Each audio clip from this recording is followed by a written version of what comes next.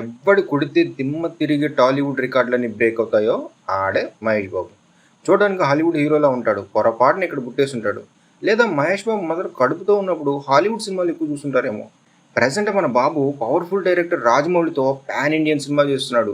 Triple ఆర్తో Indian సినిమాని హాలీవుడ్కి తీసుకెళ్లి ఆస్కార్ గెలిపించేశాడు మన రాజమౌళి. ఈయన మేకింగ్కి హాలీవుడ్ డైరెక్టర్స్ మెస్మరైజ్ అయిపోయారు. ఈ విషయాన్ని స్వయంగా అవతార్ డైరెక్టర్ జేమ్స్ కెమెరూనే చెప్పాడు. అలాంటి రాజమౌళి డైరెక్షన్లో మహేష్ చేసే సినిమాకి హ్యూజ్ ఎక్స్పెక్టేషన్స్ ఉన్నాయి.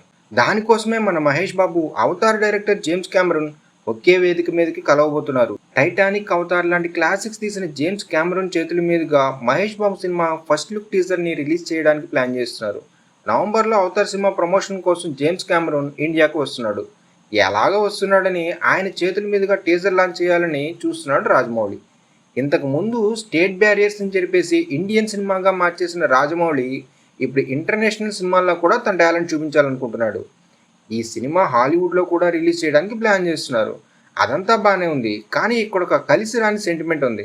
హాలీవుడ్ నుంచి ఎవరైనా వచ్చి ఇండియన్ సినిమాని ప్రమోట్ చేస్తే ఆ సినిమా ఫ్లాప్ అవుద్ది. ఇంతకు ముందు ఇలానే విక్రమ్ ఐ సినిమాకి ఆర్నాల్డ్ శ్వార్జ్నెగ్గర్ని, కమల్ హాసన్ దశావతారం సినిమాకి జాకీ చాన్ని తీసుకొచ్చారు.